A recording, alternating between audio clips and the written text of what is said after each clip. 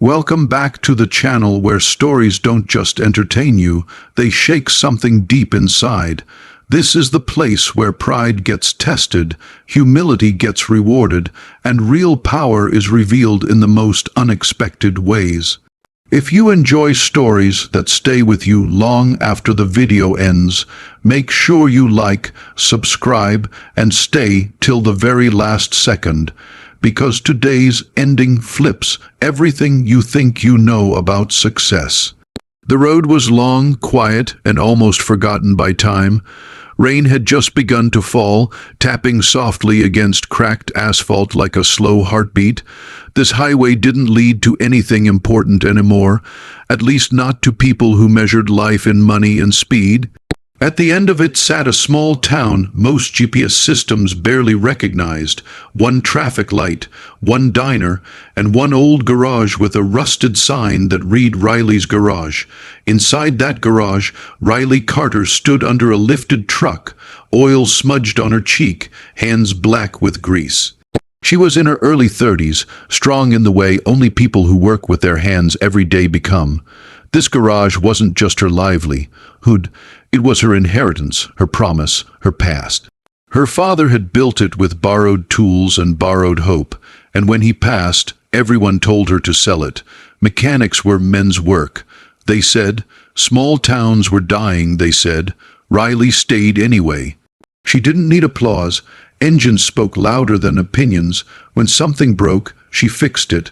When customers doubted her, she proved them wrong.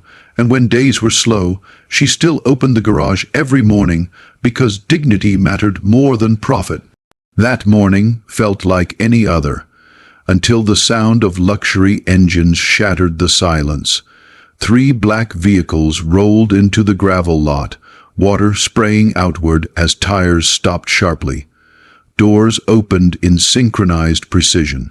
First stepped out security, then assistants holding tablets and phones, and finally, a man whose presence felt heavy, like the air changed when he arrived. Victor Hale, billionaire CEO, tech visionary, media favorite, the man who turned ideas into empires and arrogance into a personality trait. He looked around with a faint smile, one that carried no warmth. His eyes scanned the garage, the peeling paint, the uneven ground. His expression said everything. This place offended him. Riley slid out from under the truck and wiped her hands on a rag. She noticed the convoy, but she didn't rush. Rich people always expected the world to bend faster for them. One of Victor's assistants approached her. "We had a breakdown about 20 miles back. Mr. Hale's vehicle needs immediate repair." Riley nodded calmly. "What seems to be the problem?" Before the assistant could answer, Victor laughed. Not a friendly laugh, not a nervous one, a sharp, dismissive laugh that cut through the air. "You," he said, looking her up and down slowly, "you're the mechanic." Riley met his eyes, steady, unbothered. "Yes," Victor chuckled again and turned slightly toward his team. "Is this a prank? This is what passes for service out here." Riley felt the familiar sting, one she'd learned to swallow years ago. "I can take a look at the car," she said evenly. Victor smirked. "Listen, I don't mean to insult you, but that vehicle is worth more than this entire town. I'm not letting it be touched by." Enthusiasm. The word hung heavy. "You can wait for a tow," Riley replied, "or you can let me fix it. Those are your options." That confidence only amused him more. "Confidence without competence is dangerous," he said, and adorable. Riley turned toward the garage. "Bring the car in if you want it running."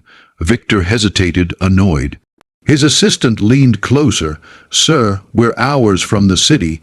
There's no signal strong enough to arrange a replacement." Victor exhaled sharply. "Fine," he snapped, "but if anything goes wrong, this place is finished." The car rolled in, a sleek black machine, flawless on the outside. But when Riley lifted the hood, her expression changed. This wasn't standard engineering. This was experimental. Her trained eyes scanned the layout, the wiring, the cooling system. Her jaw tightened. "Who designed this?" she asked without looking up. Victor crossed his arms. "Engineers with doctorates." Riley adjusted a component carefully. Then they missed something. Victor scoffed. "Of course they did. Your cooling alignment is off," she continued. "Under high load, this engine would overheat and fail." He laughed again. "You're telling me you understand technology my team spent years developing." She finally looked at him. "I'm telling you it's flawed." The garage went quiet except for rain hitting the roof. "Fix it," Victor said coldly, "but don't pretend you're saving anything." Riley went to work. Tools moved with purpose. Her hands were steady, precise. She worked not to impress, but because the job demanded respect. As minutes passed, Victor paced.